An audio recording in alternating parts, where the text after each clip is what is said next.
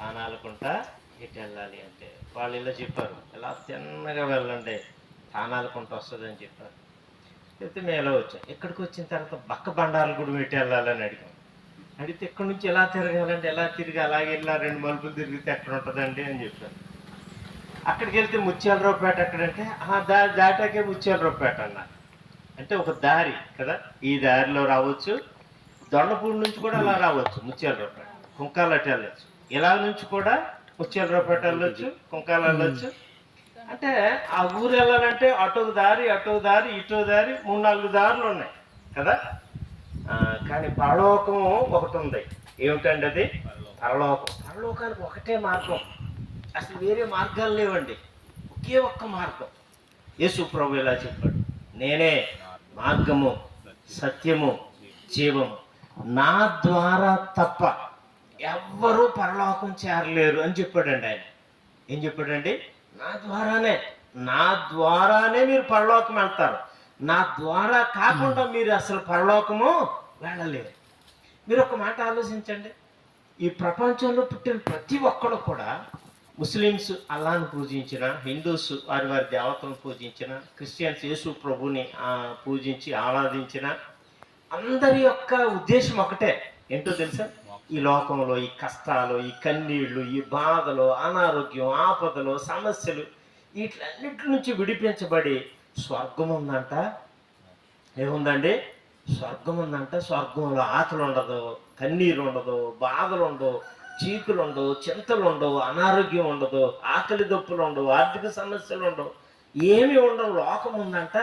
అక్కడికి వెళ్ళాలని రాయికి మొక్కేవాడు రాయికి మొక్కుతున్నాడు, చెట్టుకు మొక్కేవాడు చెట్టుకు మొక్కుతున్నాడు, దేన్ని పూజించేవాడు దాన్ని పూజిస్తున్నాడు.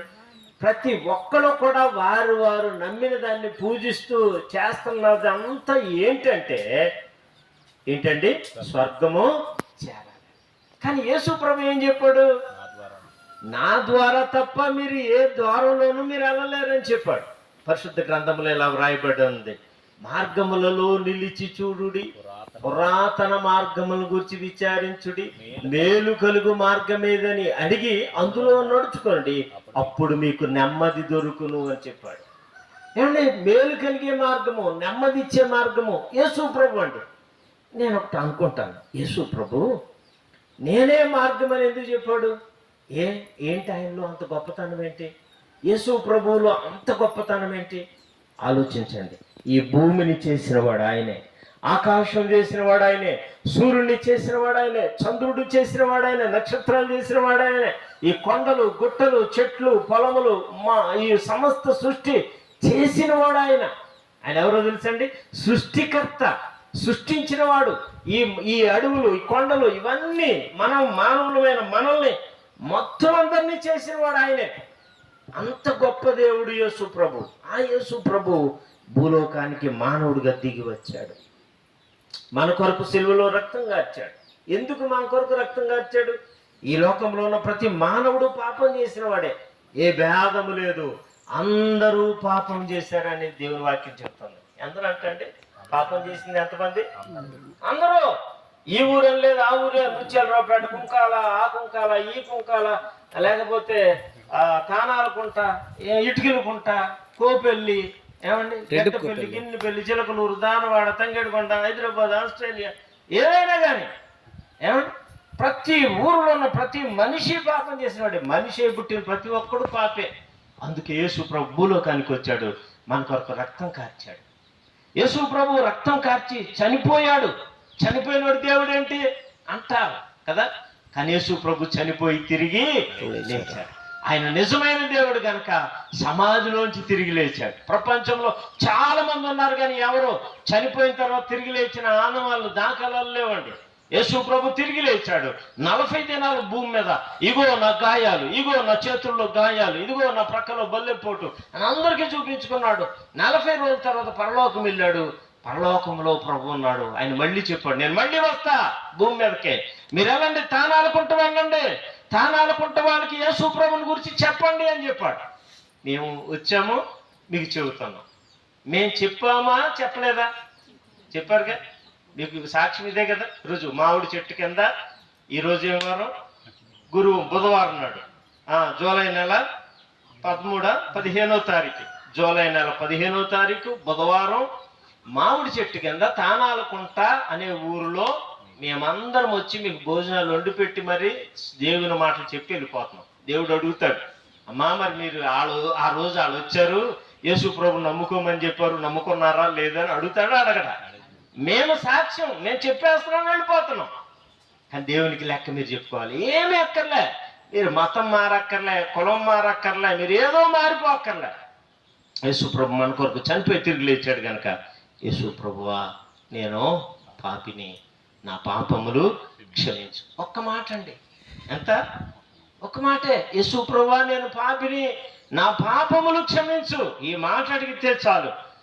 ఆకలితో ఉన్నవాళ్ళు అన్నం తింటే అమ్మయ్య కడుపు నిండింది అనుకుంటాం కదా. దాహంతో ఉన్నవాళ్ళు నీళ్లు తాగితే అమ్మయ్య చల్లని నీళ్ళు ఇచ్చారు, దాహం తీరింది అంటాం కదా.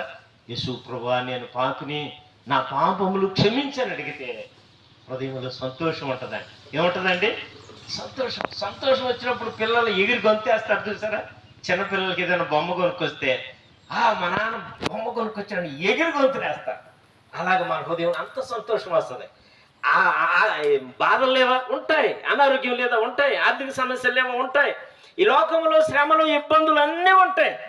కానీ హృదయంలో మాత్రం ఎంతో కాబట్టి అట్టి ఆనందం, ఆ సంతోషం మీరందరూ పొందుకొని చక్కగా యేసు ప్రభు నమ్ముకొని ఆ పరలోక రాజ్యం, మోక్ష మార్గం, పరలోక రాజ్యం మీరు చేరుకోవాలని ప్రేమతో తెలియజేస్తా ఉన్నాను. మీ కొరకు మేము ఎంతో దూరం నుంచి ప్రయాసపడి వచ్చాం. ఈ మాటలు చెప్పి వెళ్ళిపోవాలని వచ్చాం. చెప్పామా లేదా? సాక్ష్యం ఉంది. ఈ చెట్టు సాక్ష్యం, ఈ నేల సాక్ష్యం, ఈ చుట్టూ ఉన్న సృష్టి అంతా సాక్ష్యం ఇస్తుంది. ఇదిగో వాళ్ళు వచ్చారా, మాటలు చెప్పారా లేదా? నువ్వు నమ్ముకున్నావా, నమ్ముకోలేదా? ప్రభు అడుగుతాడు. కనుక మీరు యేసు ప్రభువు నమ్ముకోండి. మీ హృదయంలో శాంతి దొరుకుతుంది, నెమ్మది దొరుకుతుంది, ఆనందం దొరుకుతుంది, సంతోషం దొరుకుతుంది. అట్టి ఆనందం, ఆ సంతోషం మీరందరూ పొందుకోవాలని మేము తెలియజేస్తా ఉన్నాం. దేవుడి మాటలు ఈ పక్షాన దీవించుగాక. ఆమేన్. వారిని నీ ప్రేమతో కూడి నీ మాటలు ప్రభు, నీ వాక్యానుసారమైనటువంటి నీ ప్రేమను చూపిస్తూ ఆయా ఇదిగో తండ్రి ఎంతో ప్రోత్సాహకరంగా మా ప్రాంతాల్లో చక్కని పరిచర్యను తండ్రి జరిగించడానికి ఇచ్చిన కృపకై నీ స్తోత్రాలు.